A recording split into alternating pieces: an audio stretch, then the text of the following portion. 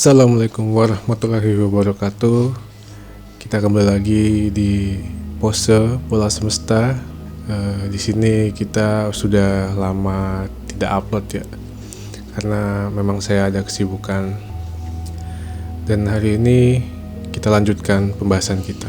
Kita akan terus mengkaji pembahasan-pembahasan seputar semesta ya. Dan semesta itu bukan hanya hal yang mungkin ada di angkasa, bukan. Tapi semesta ini mencangkup berbagai macam aspek, berbagai macam peristiwa, berbagai macam pola pikir, berbagai macam ilmu-ilmu yang mungkin penting untuk kita pahami ya. Oke, dalam episode ini saya akan membahas tentang bagaimana kita dalam memiliki pola pikir yang kritis, pola berpikir kritis, serta kita harus bisa memahami proses dari titik-titik berpikir kritis tersebut. Jadi tentang sebuah pola berpikir ini sebenarnya ada beberapa yang harus kita pahami, karena pola berpikir ini memiliki sebuah makna dan ada titik-titik kritis yang perlu kita perhatikan dalam berpikir. Dan proses dari menemukan titik-titik berpikir kritis tersebut memiliki beberapa hal sebagai berikut ya. Yang pertama, kita harus paham tentang sebuah asumsi. Jadi asumsi itu adalah sesuatu yang ada di kepala kita dan sebuah objek yang kita sudah pahami ya. Makanya kita harus punya sebuah asumsi. Kalau kita nggak punya asumsi, janjian kita nggak bisa berpikir. Karena asumsi ini adalah kesan pertama ya dari pemahaman awal yang menuntun kita untuk kita nantinya bisa berpikir secara kritis. Bahkan dengan asumsi pun kita sudah melangkah dan kita sudah bisa menerapkan kaidah-kaidah yang kritis.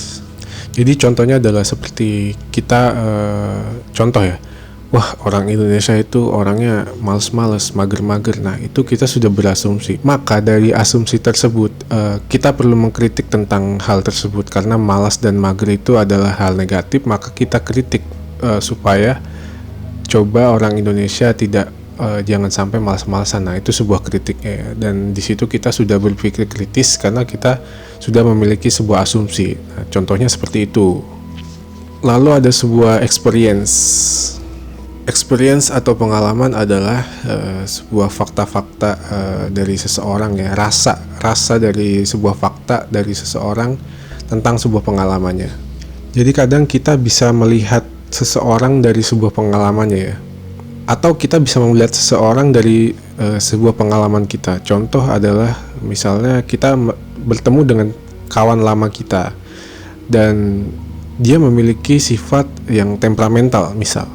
Kenapa kita bisa tahu dia temperamental? Karena kita sudah lama kenal dengan dia dan itu berdasarkan sebuah pengalaman yang kita dapat. Nah berarti itu adalah fakta ya, bahwa memang orang itu temperamental. Nah jadi experience juga memiliki sebuah hal kritis yang perlu ditelusuri dari sebuah masa lampau, karena experience itu adalah hal yang kita dapat dari masa lalu kita ya, tentang menghadapi beberapa hal yang kita alami. Nah, jadi ada asumsi, experience, lalu yang ketiga ini adalah knowledge, yaitu sebuah pengetahuan.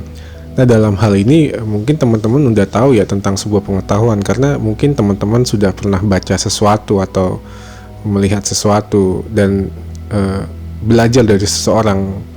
Nah jadi pengetahuan ini sebenarnya bisa valid, bisa nggak valid, dan bisa benar juga bisa salah, karena pengetahuan ini selalu berkembang. Apalagi zaman sekarang adalah zaman dimana pengetahuan baru itu selalu diadaptasi dari pengetahuan lama. Makanya kita tidak bisa membenarkan pengetahuan itu valid atau tidak, karena pengetahuan ini semakin hari semakin berkembangnya zaman, semakin berkembangnya teknologi, maka selalu mengalami adaptasi ya pengetahuan ini.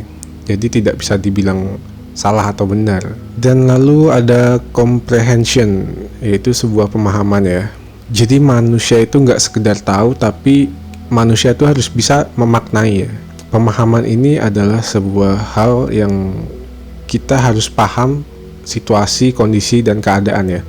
Contohnya kita punya sebuah motor, dan motor itu menurut kita belum kotor, tetapi ada orang lain berkata bahwa motor itu kotor dan perlu dicuci. Nah itu adalah kritisi orang lain. Nah kita harus bisa memahami, karena hidup itu perlu dikritisi, dan kritisi itu datang dari orang lain.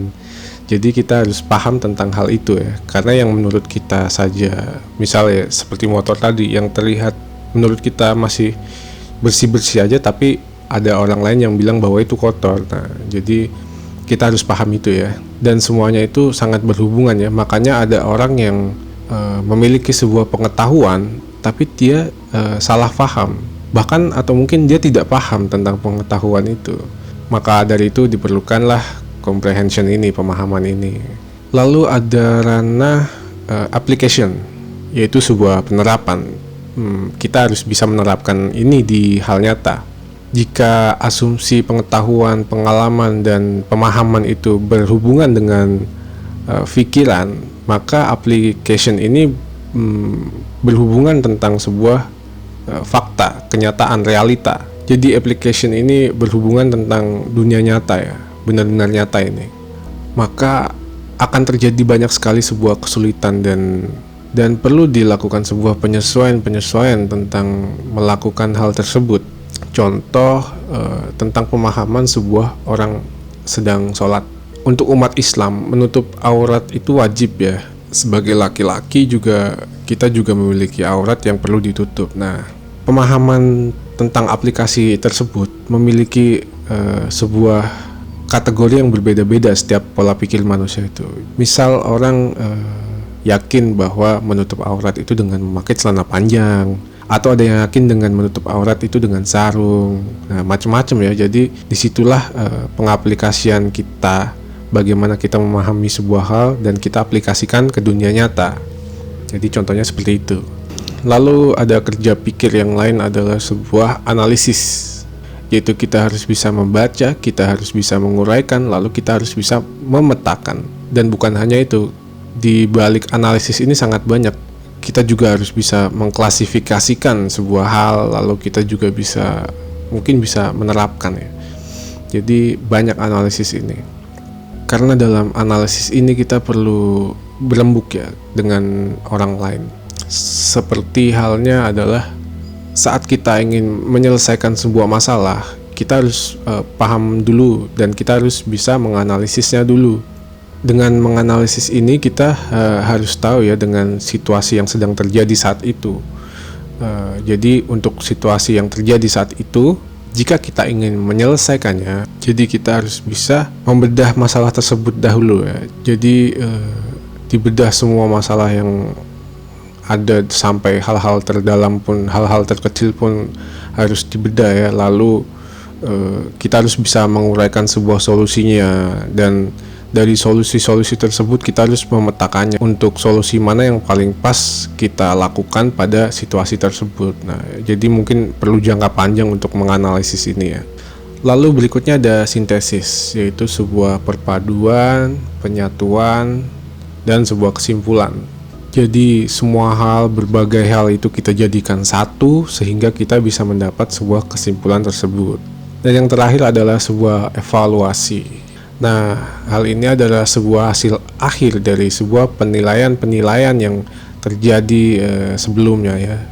Kita harus mengevaluasi apakah hal tersebut sudah benar tadi atau sudah cocok, dan kesimpulan apa yang sudah didapat, lalu ada kurangnya atau tidak, dan kekurangannya vital atau tidak. Nah, itu sebuah evaluasi ya dari semua hal yang terjadi sebelumnya, lalu kita evaluasi. Jadi pertimbangan berpikir kritis itu masuk pada proses-proses tersebut ya.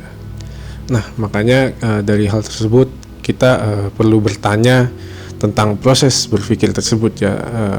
Maka kita akan mendapat tantangan dari berpikir kritis.